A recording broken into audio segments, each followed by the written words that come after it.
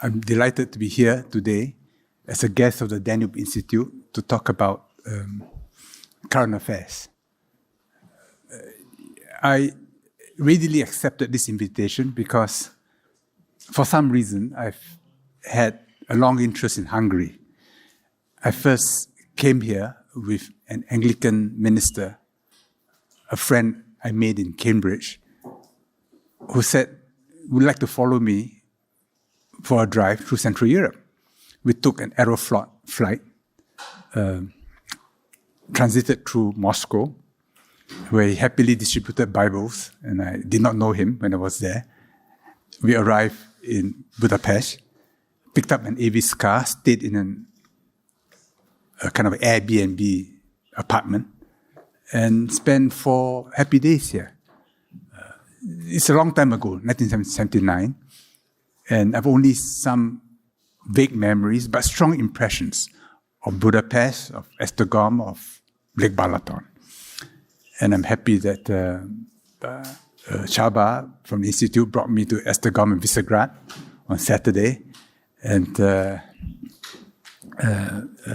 Yuli brought me to Lake Balaton for a swim yesterday. And of course, it was a different world, and it will continue to be a different world as we go forward. I'm always intrigued by the position Prime Minister Orban has taken. And he sticks out because he wants to preserve Hungary's identity. It's not easy for a relatively small population to preserve your identity. I mean, you're 10 million in Hungary, maybe 5 million outside Hungary, ballpark numbers.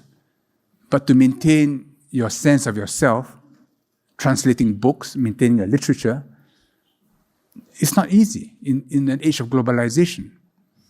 But the European peoples have always been able to do this. I've been advisor to IESE Business School in Barcelona for many years. And there is a Catalonian identity and a Catalonian spirit. When I was a trade minister, I signed our free trade agreement with the European Free Trade Association in Iceland. And they're a tiny population, but a very profound sense of itself and a refusal to melt into a larger reality. Of course, they're international, they're cosmopolitan, but they know they are the Icelandic people.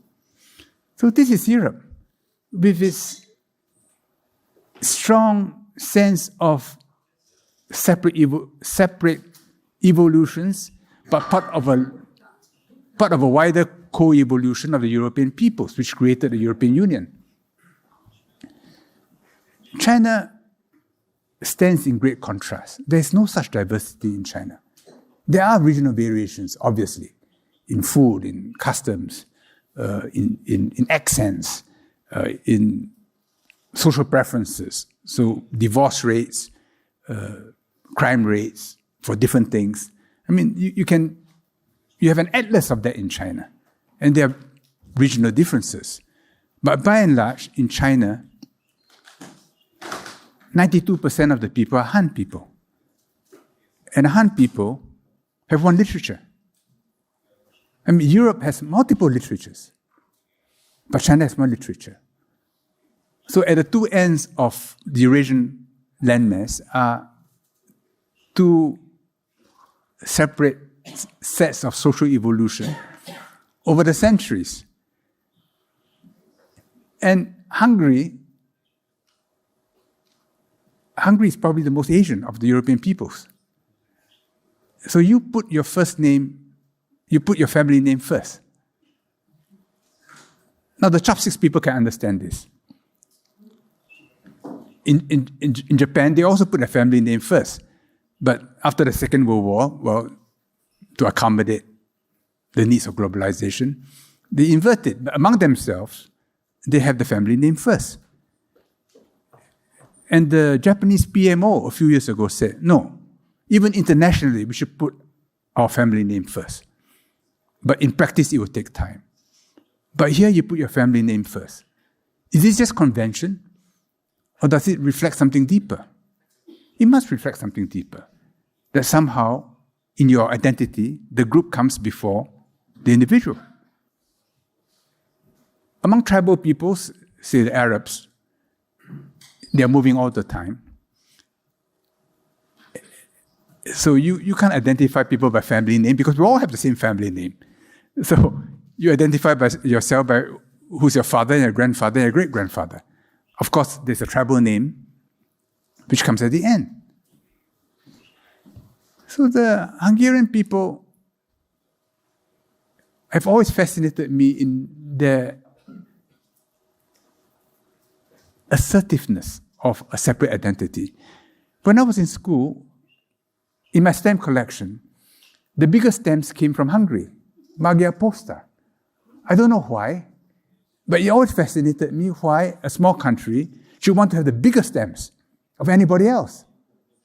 There is a certain impulse. Your stamps have become smaller, but I don't think the underlying impulse have changed. So when I listened to Viktor Orban, I said, oh, there's something in the history of the people which speaks out through him now. Of course, even within Hungary, he's a controversial figure, but there is this strain, there's this streak in you. I talk about Hungary, I talk about Asia, because Europe will have a very big role in deciding the big issue of war and peace in the world. If Europe lightly takes American positions, and Americans feel that they have the support of the entire Western world except Russia, the chances of a clash with China may become more likely. Take the issue of Taiwan, which many European leaders jump onto without knowing the history, forgetting that the status of Taiwan was settled in the Cairo Declaration and confirmed in the Potsdam Proclamation, and therefore a status which was legally agreed to by all the major Victoria powers. And to lightly now say, well, the Taiwanese people should have a referendum, maybe they should consider being different. Yes, you must consider the views of local people. But you push that principle, well, what about Crimea? What about Catalonia? What about Scotland? Maybe one day Wales? Maybe the northern part of Serbia? The whole of Africa would dissolve into violence if you say referendums should decide political boundaries. So to say the issue of Taiwan is negotiable depends. Now for the Chinese, this is, they say, the core of all core interests, and already agreed to for a long time. But in recent years, for other reasons, being played lightly. They react neurologically. And the Americans know that if they resile from the one China position, then they are on a collision course.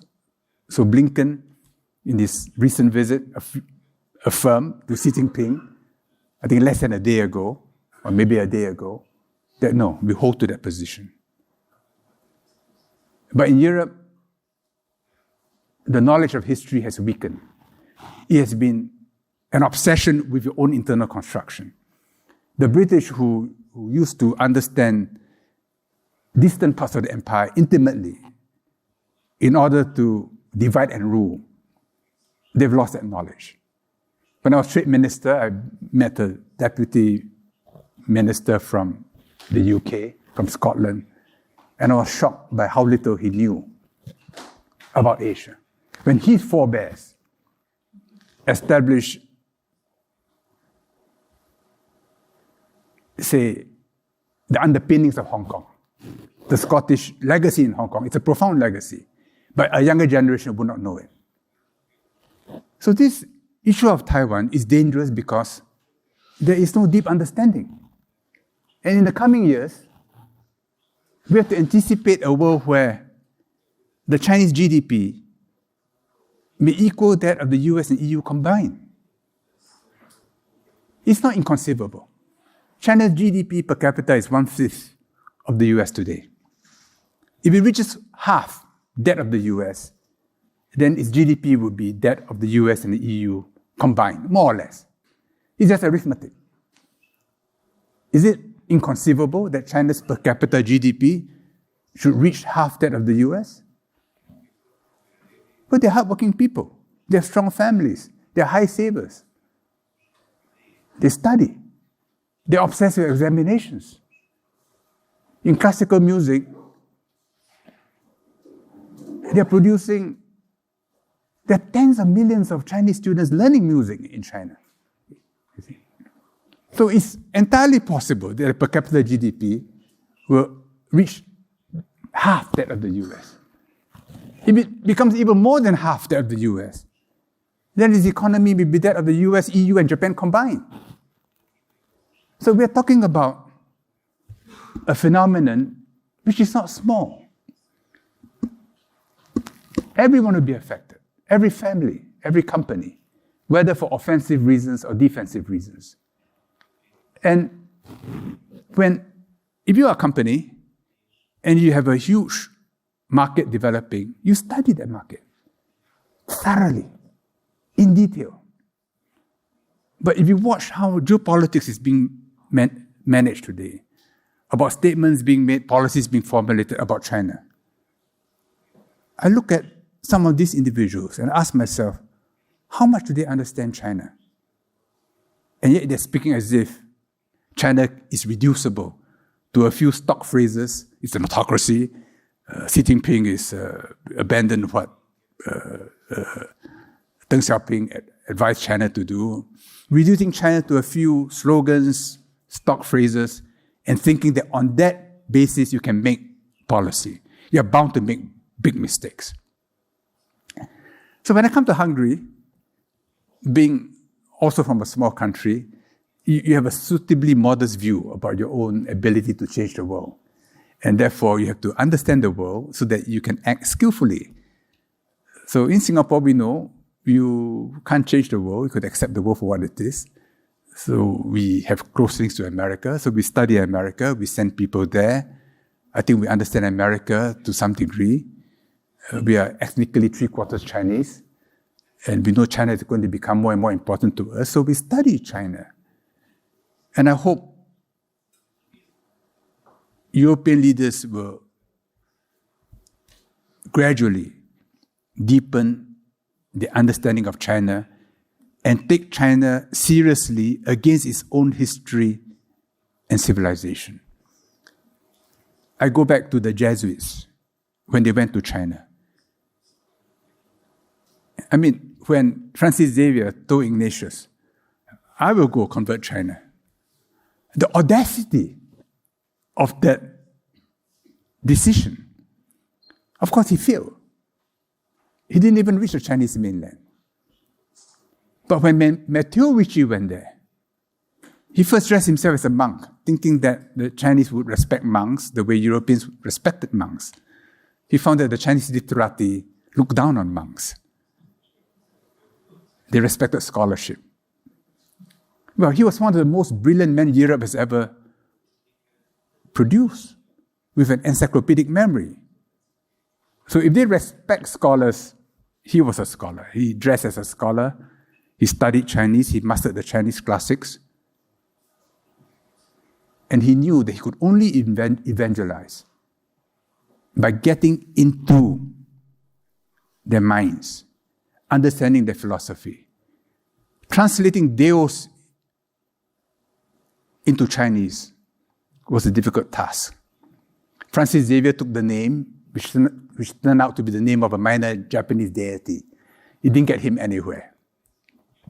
Matteo Ricci, realizing that the Chinese have an a-religious tradition, but accepted that there was one heaven, which they call Tian, one heaven, monotheistic,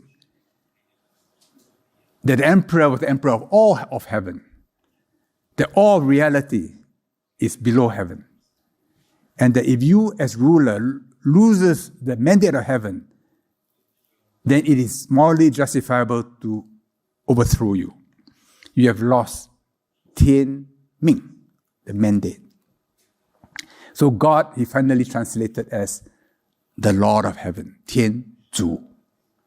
And till today, the Chinese translation for the Roman Catholic Church is 天主教, the religion of the Lord of Heaven. The Jesuits had to do this because they only had their mouths.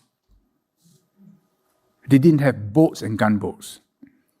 When they produced the catechism books, Jesus and Mary and the apostles were all Chinese.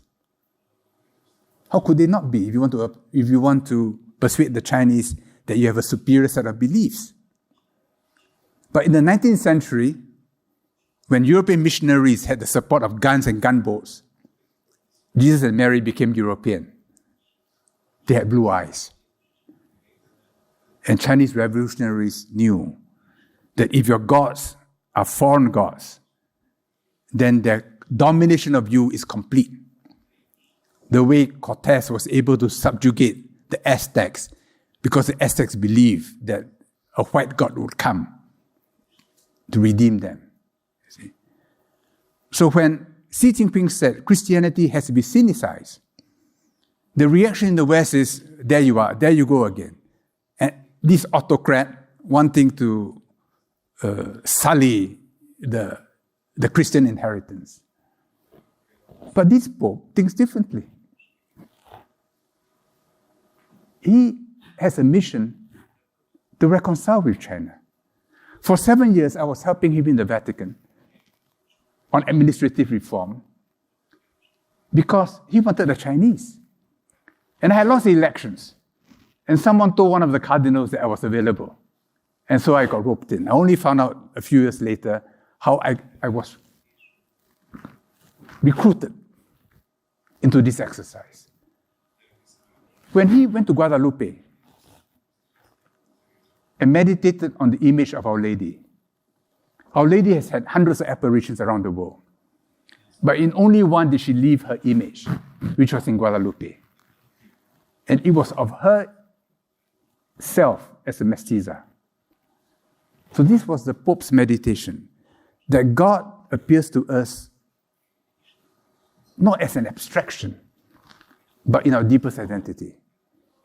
When he went to visit the Rohingyas in the refugee camp in Bangladesh, he told them, God is Rohingya, not just to comfort them, but something he believes in. When I address mainland alumni of Peking University, I say, God is Chinese. God has to be Chinese if Christianity is to have any impact in China. God is Hungarian. How can he not be? So human identity is not something to be lightly waved away as if it is shallow programming. Identity is what makes us civilized. It's what makes us spiritual. Because each of us is created uniquely. The European Union was established on the Catholic principle of subsidiarity, which means nothing should be taken from the individual to harm him. The properties of a parish belong to the parish under canon law. The bishop cannot commandeer the properties of a parish. He can tax the parish. He cannot expropriate the parish. So at every level, power can only be taken away to benefit the individual or the group from which it is taken away. But over the years, the European Union has grown, it's become highly politicized in its attitudes. So when I see little Hungary asserting its own difference, wanting to preserve its own identity, there's a flutter in my heart. Because I also come from a small country where we treasure our own autonomy and identity. And maybe this is a great struggle in the world today. You have an identity, and you have larger groupings which want to take that away for reasons of efficiency, because it's so much more convenient to have one language, one internet, one ChatGPT. But we know at the same time that you have one common language, one internet, one ChatGPT, in the end you lose your identity. Li Kai-fu, who wrote this book, The Superpower Contest in AI Between the US and China, we were at a meeting in Venice recently. He said, in Muslim countries, they worry about ChatGPT. You say, draw an image of Muhammad. You produce many images of Muhammad. His argument is ChatGPT is value-laden. And right now, it's been trained on mostly the English language. They say that after a few more years, ChatGPT will gobble up information all over the world. I'm not so sure, because in China, they will have a separate universe. In Europe, whether you can or not, I do not know, but you certainly have a wish to have a separate universe. So there is a tension between autonomy, your free will, and the needs of a larger polity. And this is a great struggle in the world today. And maybe in that struggle, Hungary and Singapore find common cause. Maybe I end here and we have our conversation. Thank you.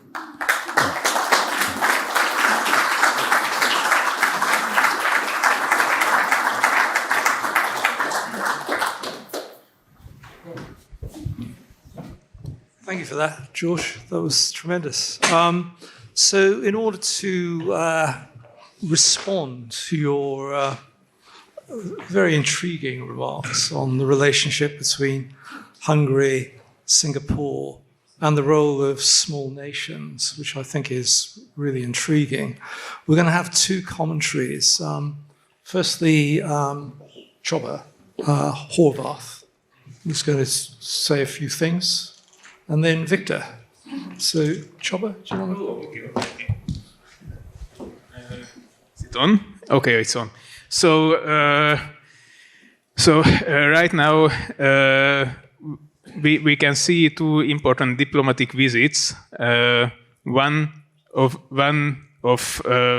Antony Blinken to China, and the other by Narendra Modi to the US. And I would like to ask you about these, the implications and significance. And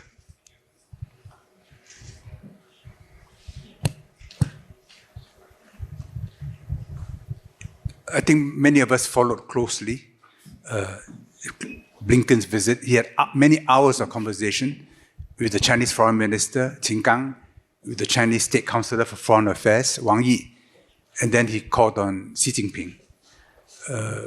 Both sides described the talks as candid and constructive, and that high-level channels of communication should be kept open. Blinken gave a press conference after that. He said it was a robust exchange, but the general tone was a slight lowering of temperature in the bilateral relations between the US and China. I think in the short term, relations will not get worse. It's partly because of coming presidential elections in the US and worries about the economy. You remember in 2008, when we had a global financial crisis, the G7 was not able to generate sufficient global demand. George Bush convened the first G20 summit. In the following year, in 2009, Gordon Brown in London got the countries together to pump prime. And China pulled its weight. China weighed in. And in 3 years, China poured more concrete than the US in its entire history. It created big distortions in the Chinese economy, and they had no gratitude for it. If the world goes into another financial crisis because of the huge liquidity overhang resulting from COVID, there's no G20 now because the Western countries won't sit with Russia on the same table. And China will be more circumspect. So our ability to recover from a lack of demand in a new financial crisis will be greatly reduced. And I think that's one reason why the US wants communications with China, particularly Yellen, the Treasury, because they worry. In the presidential year, if the economy is mismanaged, Trump will come back. And in the US now, anything they can do to remove Trump, they would do. So there's a big domestic fight in the US, which explains part of the reason why they want better communication with China. The other reason is, of course, the Ukraine war. Right now, all sides are giving war a chance, a final chance. But I think in 6 months, in a year and a half, there'll be a strong push towards having a ceasefire. And China will have to play some kind of a role. So I think these are the two main reasons why relations between the US and China in the short term will improve. Modi's visit to China, of course, the US would want India to weigh in on its side against China. But India is too old a civilization to have too great a sense of itself to be made use of anybody. I tell my American friends, you think you make use of India? Well, India will make use of you too. And on the Ukraine war, despite US pressure, India maintains its own position. So if the US can add pressure on China to help India in its border talks with China, that's helpful. But if it's against Indian interests, India will act separately. But for the time being, it behooves India to sit on every table and to improve relations with the US. This year, the BRICS, the G20 meeting will be in India. I know the two sides are talking. There could be a breakthrough.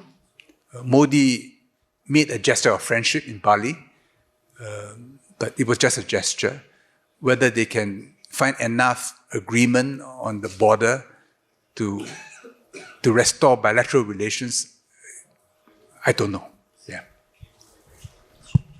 Thank you. Do you want to follow that up? That's all. Do you want to ask anything further? No? Okay. Victor? Should I ask or make a short comment? Make a short comment. Yeah. When I had the request to participate in discussion on the Indo-Pacific, I had to sit down and think it over. What does it mean Indo-Pacific for me? And I have to admit that in the last decade, there were only two major geopolitical concepts which became extremely popular. One was the Indo-Pacific, but the other was the Belt and Road Initiative.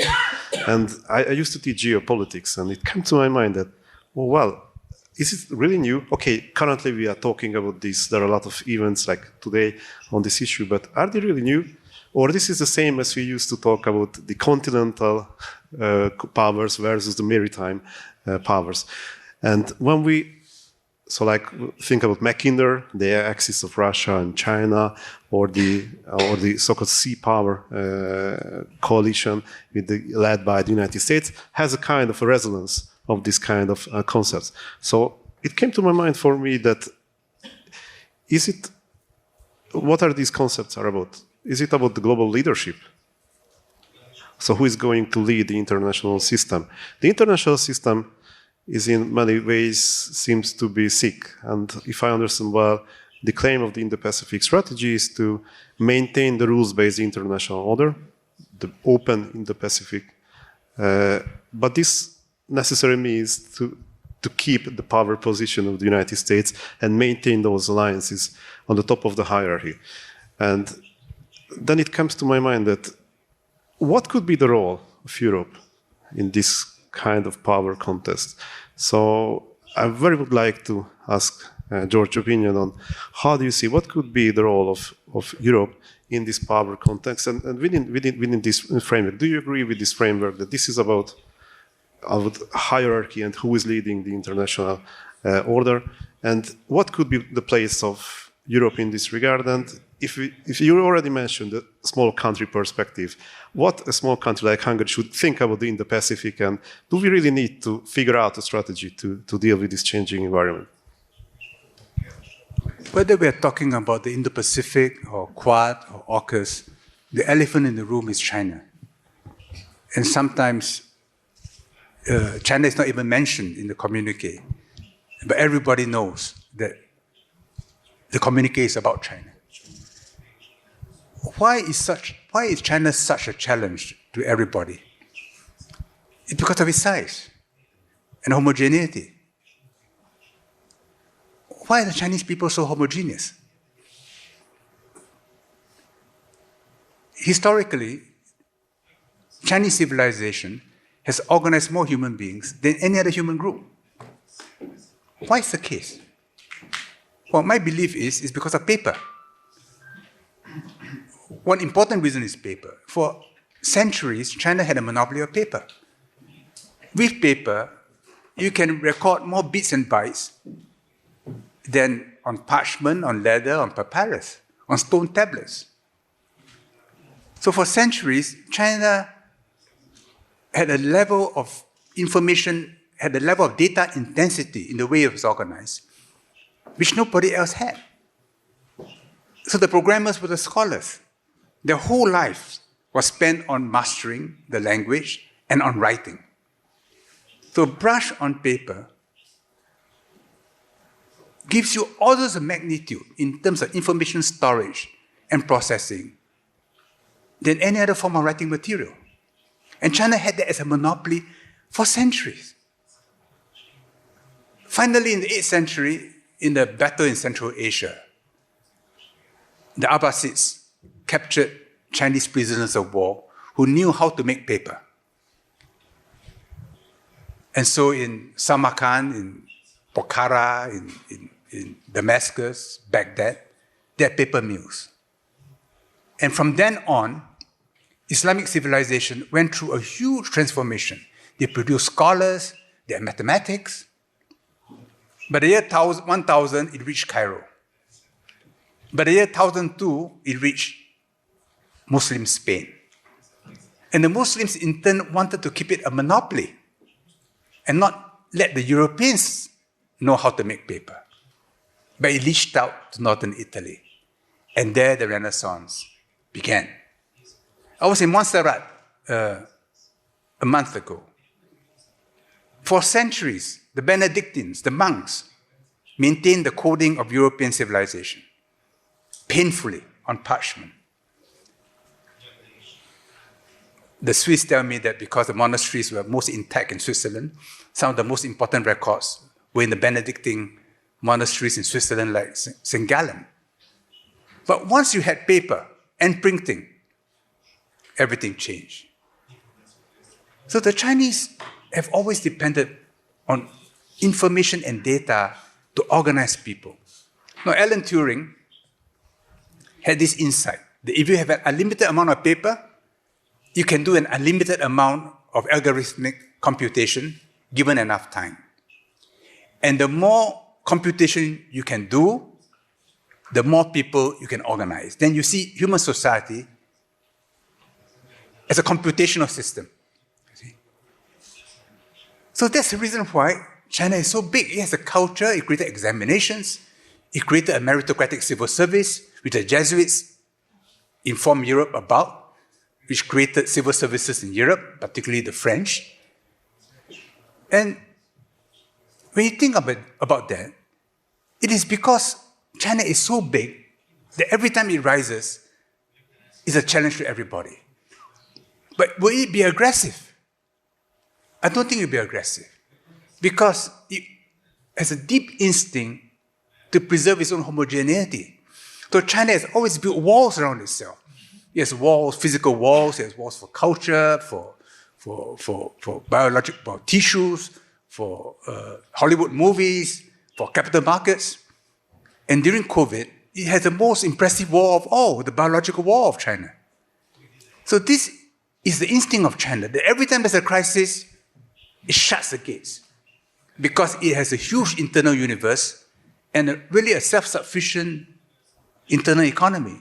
So the elephant in the room in all these conversations is China, and how to accommodate, accept a China that threatens Western dominance, which Westerners have taken for granted for 200 years, and now saying, oh, we may lose it. and the Americans who see themselves dominant in all fields, worrying that they may lose it.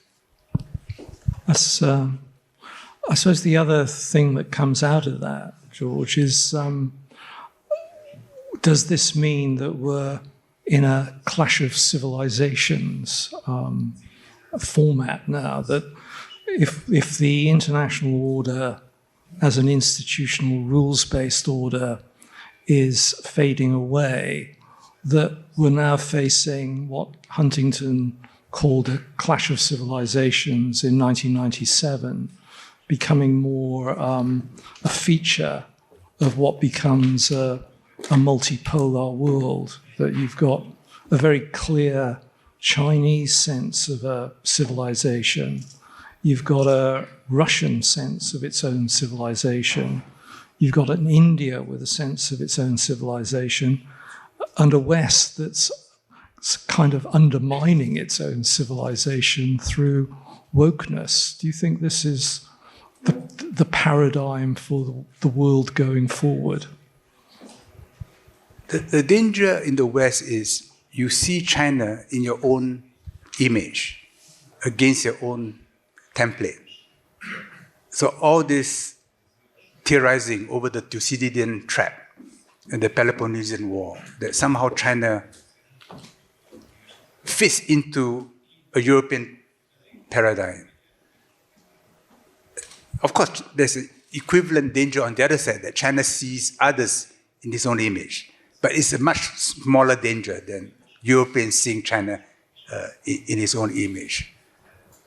If China were like the Soviet Union, evangelical, expansionary, then yes, the clash is inevitable. But that's not China's nature. Their instinct is, when there's a crisis, shut the gates, keep out the foreigners, keep Chinese in. That's always been their instinct. It is not the Russian instinct. The Russian instinct is, when I'm threatened, I expand. The more I'm threatened, the more I have to expand. The Chinese instinct is, the more I'm threatened, the more I hunker down and block out foreigners. So for decades under Mao Zedong, when they were finding their own self, they just kept out foreigners. I know this personally because my mother came from China. My parents were married in China in 1937. A month later, the Japanese invaded, they rushed back. She left China as a young bride of 19. She could not go back to 1978. So during those decades, China turned inwards. That is the nature of Chinese society. So with China, with Russia, I'm not enough of an expert. I think there will be a clash. But with China, there's no necessary clash. So in terms of the evolving world picture, and particularly in geoeconomic terms, as you said, the West seems to be facing an ongoing huge inflationary monetary problem. There's not that problem in China or in Southeast Asia, it seems. Why is that? How effectively?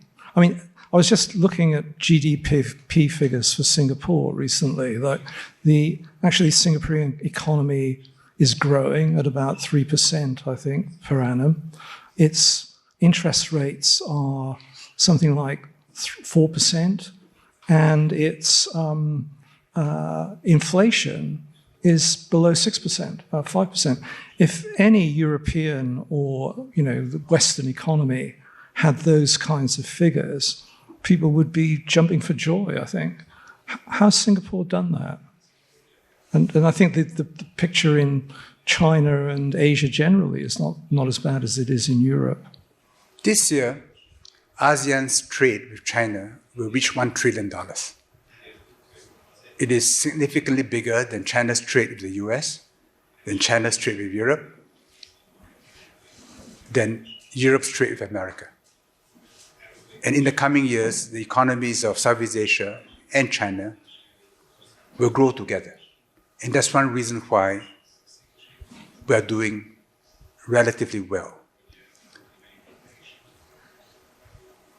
May I make this point?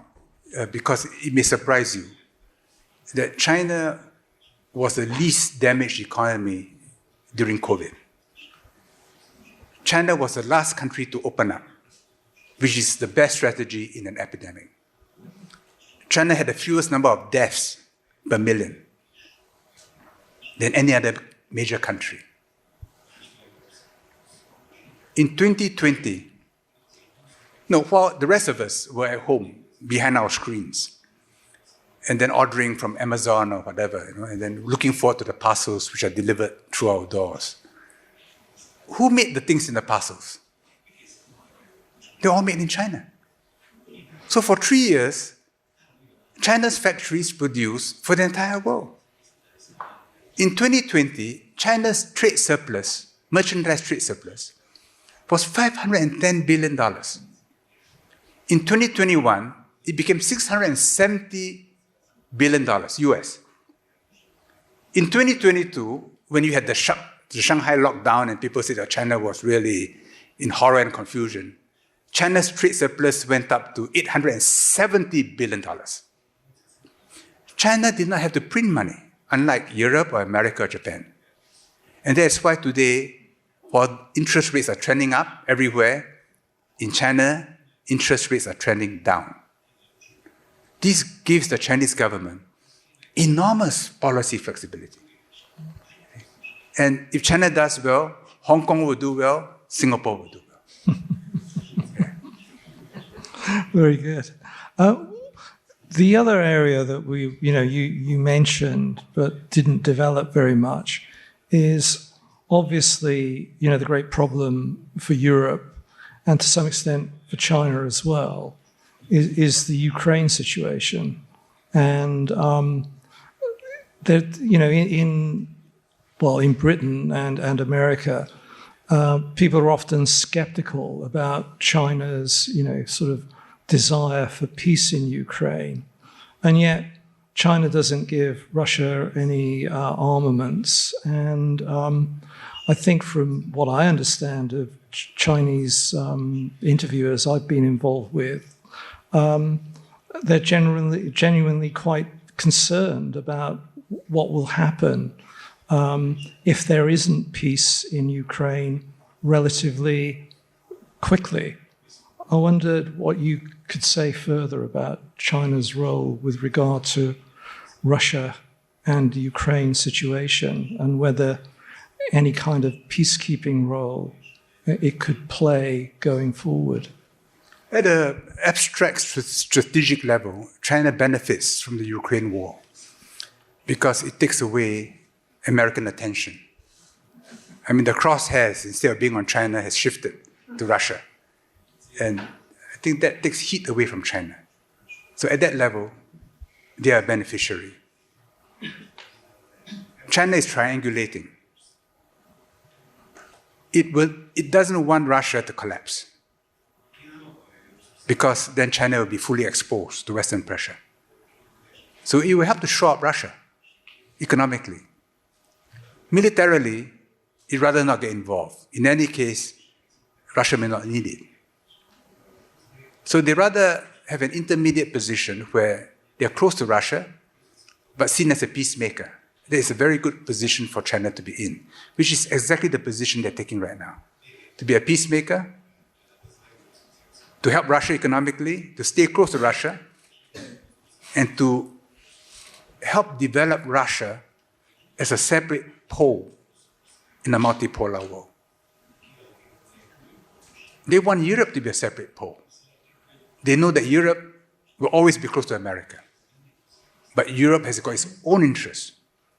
So they're working separately on Germany, on Italy, on France, on Hungary, on others. That look, you have your own interests. Yes, you're close to the Americans. You need the Americans to defend you. But you need not follow the Americans on all issues, and certainly not on Taiwan.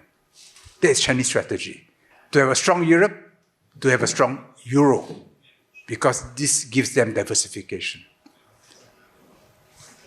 My own view, if I may be a little speculative, and you will disagree with me, of course, I see the world becoming multipolar. In this multipolar world, China will be a big pole. Russia, a smallish pole, but bristling with weapons. And they'll be quite close to each other. Then, on the other side, you have the American pole, which is very big, also bristling with weapons, and the European pole, which is big, but quite neutered in terms of its military capability. And they will stick together. Then you have India as a separate pole, and there'll be others like Brazil and South Africa and ASEAN as a little cluster, like asteroids clumped together. I think this would be how the world is. And synaptic connections would be very important. They will not be exclusive. They'll all be connections. Singapore will try to have maximum number of connections to all the poles. I think Hungary will also develop synaptic connections in all directions. You see? You can't change how the poles configure because these forces are too big. But whatever the configuration, we find our own connections in order to survive. So this is, for me, a helpful way to look at an unfolding world. And if you know that that's how the world is going, you float in that direction. Then you avoid unnecessary unhappinesses. In that world, the US should be primus inter pares. If I were American, I would help to crystallize such a world. It has always been Kissinger's view. Yeah. America should move closer to everybody else. So you have a conflict, I will have the ability to tip it one way or the other, between China and Russia, between China and Japan, between Europe and Russia, move close to everybody. Then you'll be the first among equals because you have the culture to do that, because of the English language. And you can achieve primacy with much less effort. Whereas the current tendency to prevent China from rising and to stay dominant, I think is exhausting and financially not sustainable. There you go. Shobha, do you? Okay, so regarding the multipolar tendencies, in Asia, how much do you think each country has the capacity to become a pole on its own? Like, can India catch up to the level of China and the US? Can Indonesia become a smaller pole? Can Japan sustain a position between China and the US as a smaller pole on its own? India will be its own pole because it's got bulk, it's got history, it has geography. Japan, no. Japan will be a satellite of the Americans, principally because it's completely dependent on the US nuclear umbrella. But if the US weakens, then it will seek its own autonomy, as part of which it will go further in the current direction of remilitarization. So for the time being, a satellite. But 20, 30 years from now, I'm not sure. Indonesia will not be its own pole because Indonesia knows that if Southeast Asia is balkanized, it'll be a big problem for Indonesia. So Indonesia's preference is to anchor ASEAN. So ASEAN will have two anchors. Indonesia now, eventually Vietnam also, because they are very dynamic people and a dynamic economy. But none will be able to dominate all 10. But these two will be significant weights in the configuration. And if ASEAN can stick together as a grouping, 700 million people with a significant GDP, it will be a weak pole in that system. And a pole where people feel, you are fair, you are neutral. And that neutrality is itself a strategic asset. So every time there's a major meeting, they say go to ASEAN, because everybody is welcome in ASEAN. No one is unwelcome in ASEAN. No one dislikes going to ASEAN.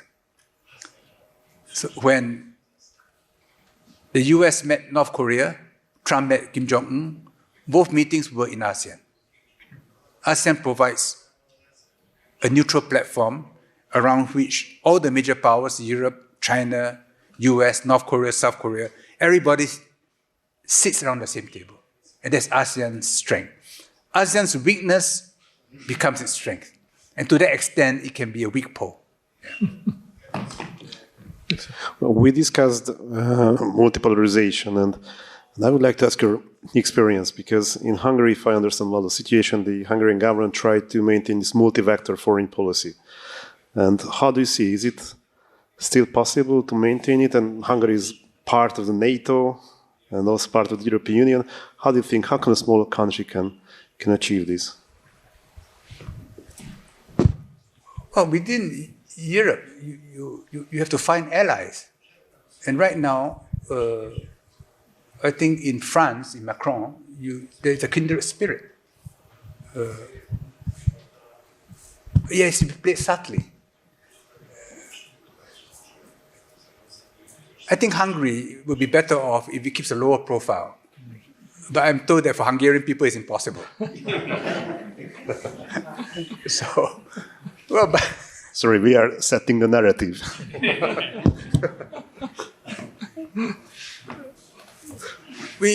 Each of us has our own nature, and we cannot deny our own nature. So we have to work with it. But if I were Hungary, I would find allies who are sympathetic to your point of view, but don't assert a position so strongly that it undermines the entire grouping. Then you will be harming yourself. In other words, within the grouping, be clear, be consistent, be moral. And then over time, by what you say and by your constancy, be an influence on others. You will never have enough weight to use weight alone. So you need powers of persuasion and moral influence, which I sense you have because of your own history, your own culture. I see the way Castle Hill is being redeveloped and how determined you are to maintain your own identity. I think that is your greatest strength. But it's not easy to have everything translated into your language, to assert a separateness which others may dislike. But you do that by also respecting other separateness. If I respect that you are different, you are more likely to respect that I'm different. And in this way, you assert your position softly. And that you may have to do. Yeah. I suppose in terms of, Hungary's position with regard to Europe, and you could compare that with Singapore's position regarding ASEAN as a grouping.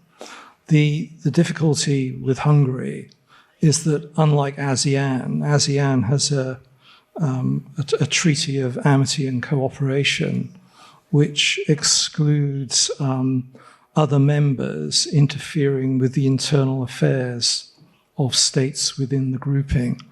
The problem with Europe is it wants to interfere in the internal affairs of Hungary, which is problematic, really. So the European role with regard to states within its orbit is in some ways very different from the role that states occupy within ASEAN. And like back in the late 90s, it was seen that Europe was a model for ASEAN. Maybe ASEAN has something to teach Europe at the moment. When I was a trade minister, I had on my desk the Treaty of Rome, 80 pages, an inspirational document. I referred to it from time to time because Singapore was very active in the ASEAN construction. And for the initial steps, we followed the European Common Market. The European construction has reached such a point where it's extremely complicated, and we've decided that we will not follow Europe because it will not work for us. I'm not sure how well it's working for Europe. When you talk about Europe imposing values on you, I go back to the principle of subsidiarity. You should only take away autonomy if that deprivation benefits you. And my feeling, I've written about it, I've spoken about it, even though I'm not qualified to talk about it since I'm not European, is that Europe has departed from the principle of subsidiarity, which is its founding principle. And in some sense, Hungary is truer to the founding principle of Europe than Europe is today, generally speaking. Thank you. Chaba, do you want? Victor? Actually, I'm a China researcher, so when you mentioned that the elephant in the room is China, I was very happy because I really want to ask this question: that what should we see on China? So when we are watching China, what is the thing we really have to focus? Because, of course, we all read Economist and those kind of Western papers, and they try to tell a story about China. But with your experience, what would you say? What we have to really understand about China, and what should we focus on in the next coming years, decades? I've been to Europe over 100 times. I don't think I have more than a superficial understanding of Europe. China is twice the size of Europe in population and in land area maybe 3 times or more. Well, let's say twice. So it's a complex reality. There's no danger that any European will understand too much about China. So when I meet young European friends who ask me for advice, I say, go to China. Find any and every reason to go to China at least once a year. I say it will be good for you, and there's no danger that you will learn too much. Why should you not? If you're a parent, and this economy is going to be bigger than anyone else on earth by a big margin, you better know it, whether for offensive reasons or for defensive reasons. And you should teach your children Chinese, or at least get them interested, because it will be a great asset to them. But the mood now is Confucius Institutes. Oh, there's subversion. I can't, for the life of me, understand the current mood. When I was in Cambridge, Joseph Needham was still master of Gonville and Key's College. He had a profound influence on me. His encyclopedic work, Sense and Civilization of China, reached a depth of analysis which even the Chinese themselves appreciated. That scholarship has weakened greatly, not just in Cambridge, but throughout Europe. And yet China is getting bigger. So something needs to be done desperately. I've because of my association with the Catholic Church, I have this dream, you know, maybe Hungary can play some kind of a role. I don't know. It would be good if China has a university for classical studies. Not just a language, you know, Roman and Greek, but understand the Roman world, understand classical Europe.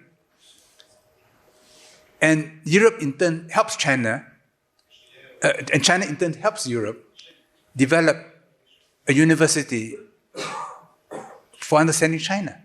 And you need more than a university to understand China. The Jesuits did a lot with very little. And even that, according to Joseph Needham, created the basis of the French Revolution. Because the Jesuits said, remarkably, you have a moral order without organized religion.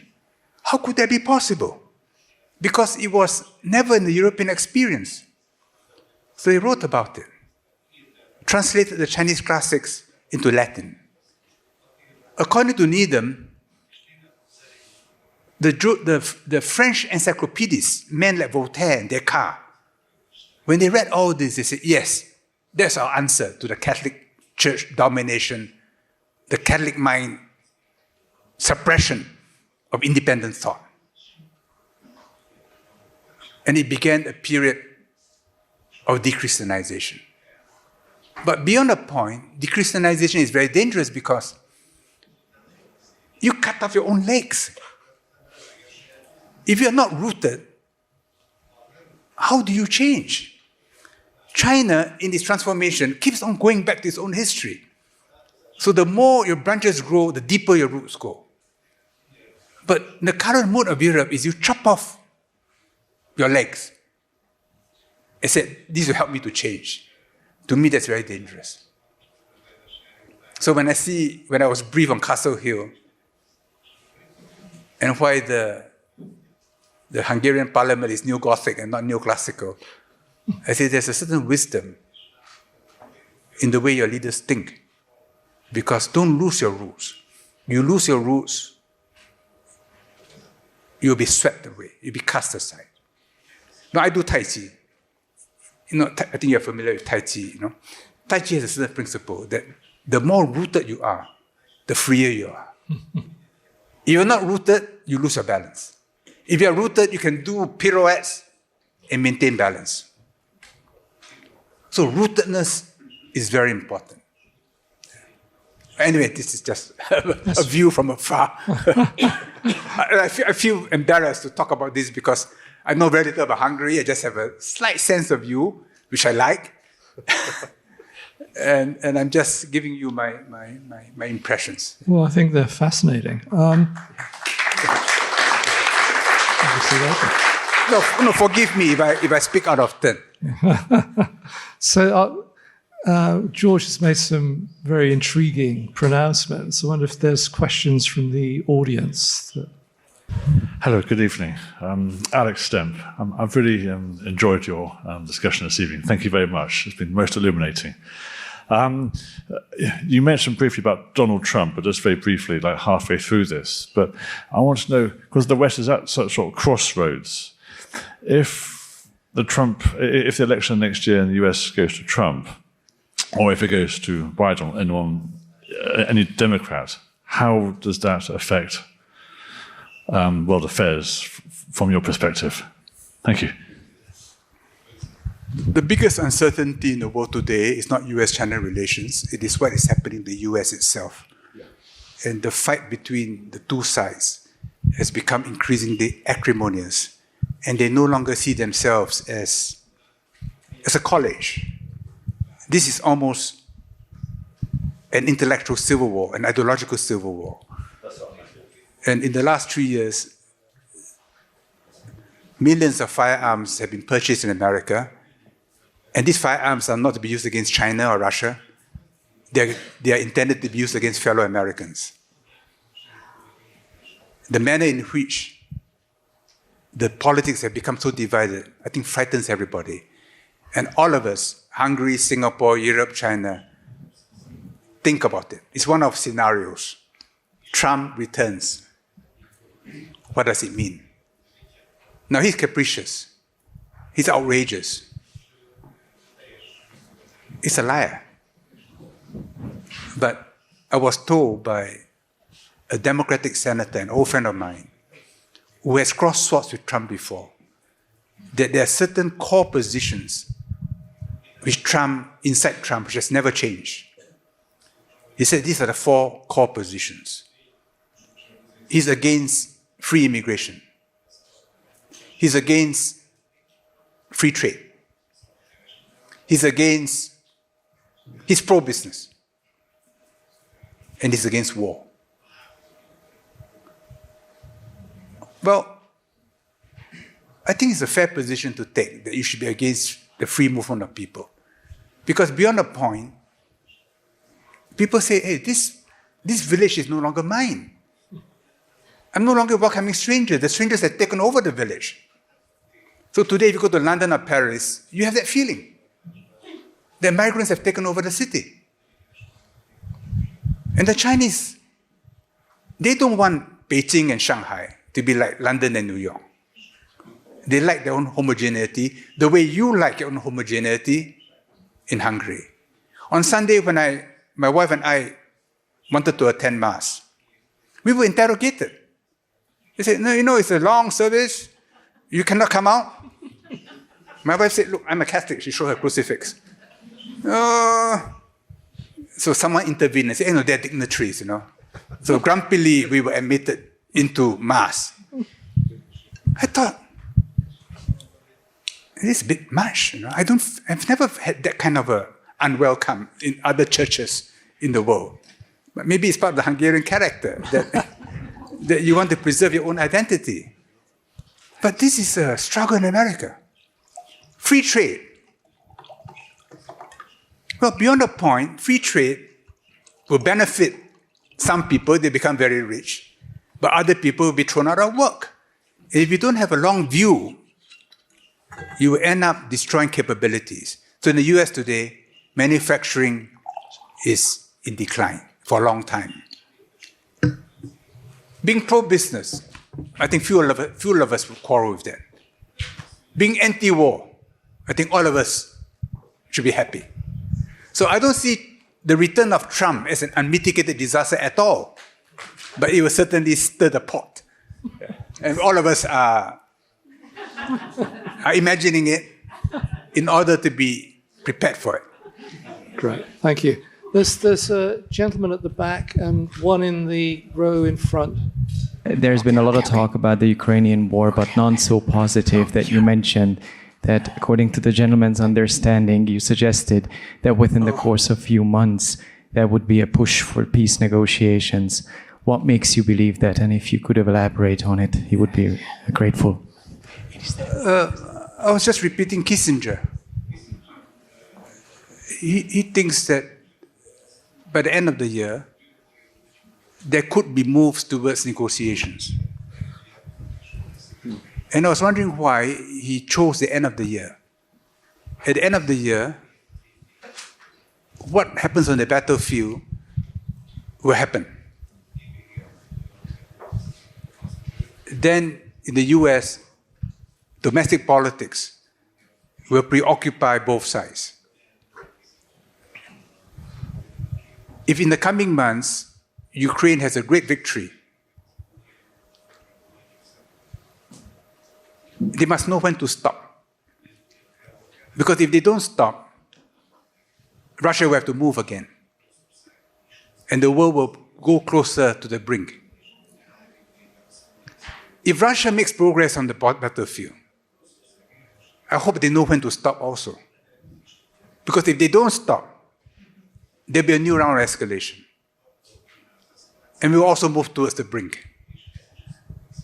So on either side, there has to be a certain realism. Emotionally, it's very difficult to accept. But in the end, you may have a Cyprus solution or a North Korean solution, which is only a ceasefire solution, not a peace agreement.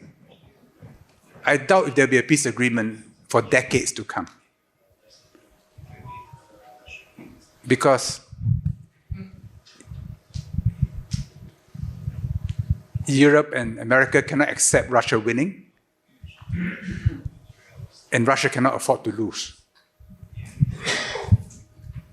But both sides can agree on a ceasefire. And there'll be intense negotiations over not just boundaries, but over the rights of populations on both sides of whatever boundary is drawn. Yeah. And in that complex situation, and negotiations may take 2-3 years, the way they did in Vietnam or Korea. Yeah. But in the end, you need negotiations. Yeah. Thank you. There's a gentleman. No, just that. Oh, yeah. Thanks. Thank you. Heinrich Kreft, I'm a German diplomat, but currently professor here at András University. Thank you very much for your presentation, and given your deep knowledge on China, I would like to press you a little bit more on the issue you just touched already upon. You mentioned China will play a role in the peace settlement or in the ceasefire, whatever we will see in Ukraine, Russia. Given China's interest in sovereignty, of a state, integrity of borders, of territorial integrity. What could you imagine? What could be China's role in such a process? It will be a process, and I totally agree with you. It will take a long time, and what we might see the end of this year will be very different what we might see in a couple of years from now. But given your very deep knowledge of China, what could be China's role, China's position in this? They will not try to make specific proposals. They will make suggestions in certain directions. It's a very Chinese way, where you don't want anybody to lose face. So they say, have you considered this? And then by little hints, they will try to find feasible zones. Now, right now, there's no feasible zone. And the Americans don't want China to play a role. And China doesn't want to interpose itself. It's just saying, I'm here.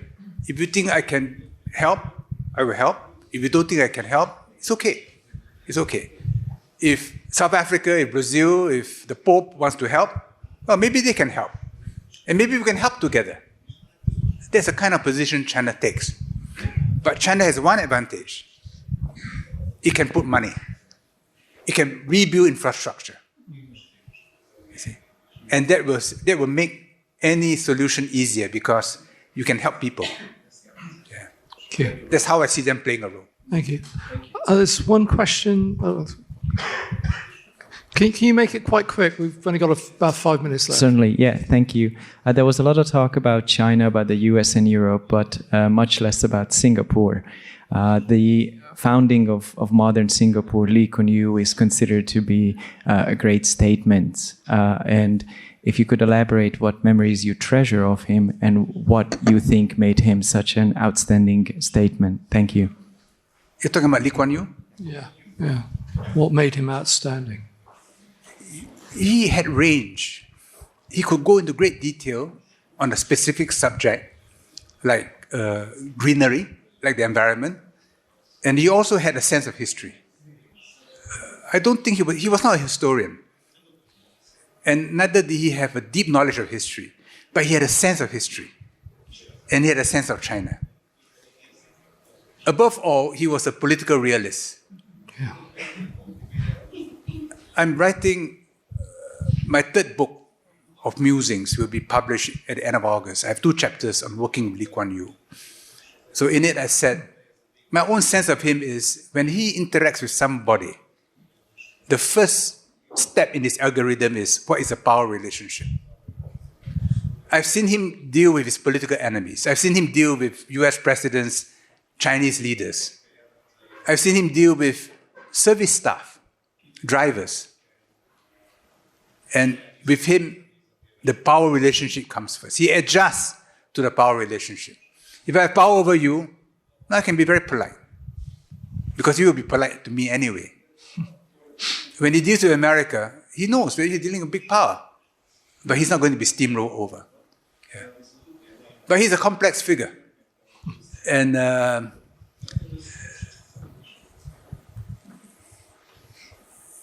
over time, an all-rounded perspective of Lee Kuan Yew will emerge in Singapore, which will not reduce his greatness, which may affect some of the hagiography, but which will present him as a human being, as a political leader who was remarkable, but who had his own blind spots and faults.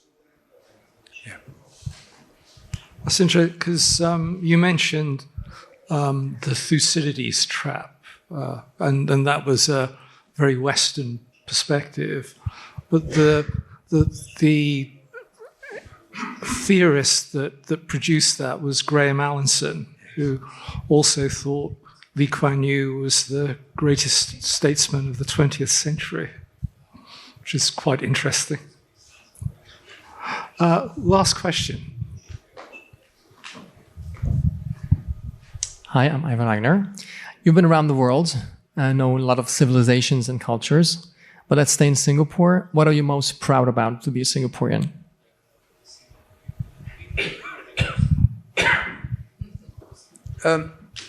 Okay. What is the Singapore idea? If you become a Singaporean, do you become smaller or do you become bigger? Let's say you're a Chinese citizen and you give up your Chinese passport and you become a Singaporean. Well, that's a big diminution.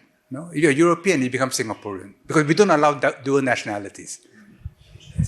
So to me, a Singaporean should enlarge you, not reduce you. That if you're Hungarian, you become Singaporean. Please be Hungarian. Please be proud of your heritage. We only ask of you one thing. Have a heart big enough and a mind broad enough to accept people not like yourself. Then you become Singaporean. In other words, to be Singaporean is to add additional lines of code which link you to others. I would be proud of such a Singapore. I would not be proud of a Singapore which says, you're Hungarian, you better forget being Hungarian. You're now Singaporean. Then we become small. Yeah. This is a struggle. This is a struggle. Yeah. But one you've overcome, I think.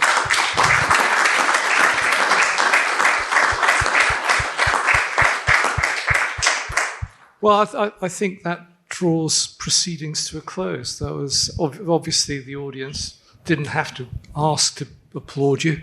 They did it spontaneously, George. So thank you, Mr. Yeo. Thank you, Choba. And thank you, Victor.